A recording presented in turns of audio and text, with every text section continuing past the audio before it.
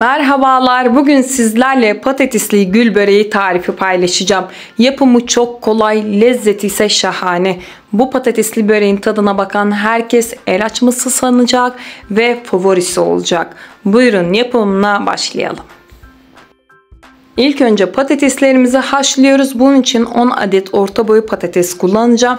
Düdüklü tencerede 5 dakika haşladım. Daha sonra sıcak sıcakken güzelce eziyorum. Patatesleri güzelce ezdim. Bu kadarı yeterli. Şimdi tavayı ocağa aldım. İçerisine yarım çay bardağı sıvı yağını ilave ediyorum. Küçük küçük kestiğim bir adet orta boy soğan da içerisine alıyorum.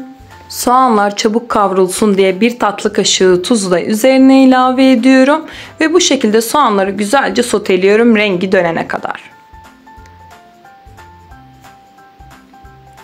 Soğanlar güzelce sotelendi. Bu kadarı yeterli. Şimdi içerisine 2 yemek kaşığı domates salçasını alıyorum. Baharat olarak da birer çay kaşığı olacak şekilde kimyon, karabiber, pul biberi ilave ediyorum. Benim pul biberim el yapımı olduğu için böyle değişik görünüyor. Hepsini güzelce kavuruyorum. Domates salçasının kavrulması çok önemli. Lezzetine lezzet katacaktır. O yüzden domates salçasını güzelce kavurdum ve içerisine patatesleri ilave ediyorum. İşte bu kadar. Şimdi güzelce sosa buluyoruz patatesi.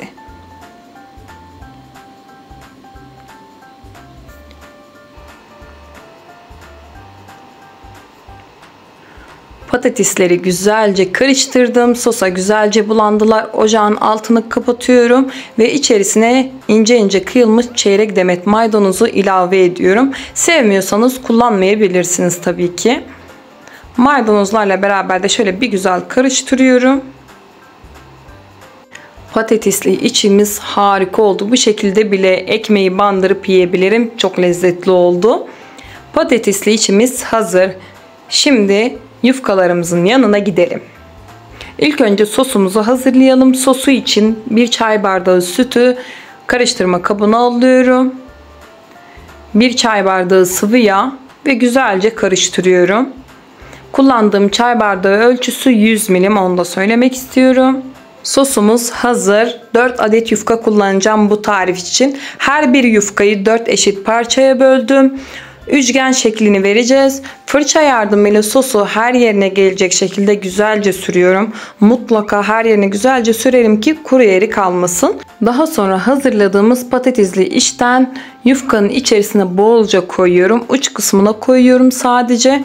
Ama patatesli içi ben fazla yaptım. Bolca içlerini doldurdum. Böyle fazla olsun istedim. Sevmiyorsanız tabii ki daha az da koyabilirsiniz. Ve yufkanın uç kısımlarından içe doğru katlıyorum. Ve bu şekilde öne doğru güzelce sarıyorum. Fazla sıkmadan veya fazla gevşek bırakmadan yavaş yavaş öne doğru böreğimi sarıyorum. Daha sonra gül şeklini vermek için uç kısmından ortaya doğru sarıp gül şeklini veriyorum. İşte bu kadar ve hepsini bu şekilde hazırlayıp yağlı kağıt koyduğum fırın tepsisine alıyorum.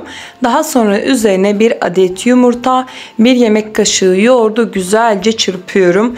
İstemiyorsanız yoğurt kullanmayın. 2 adet yumurta sarısı da kullanabilirsiniz. Bu şekilde güzelce çırptım ve fırça yardımıyla hepsinin üzerine bolca olacak şekilde sürüyorum.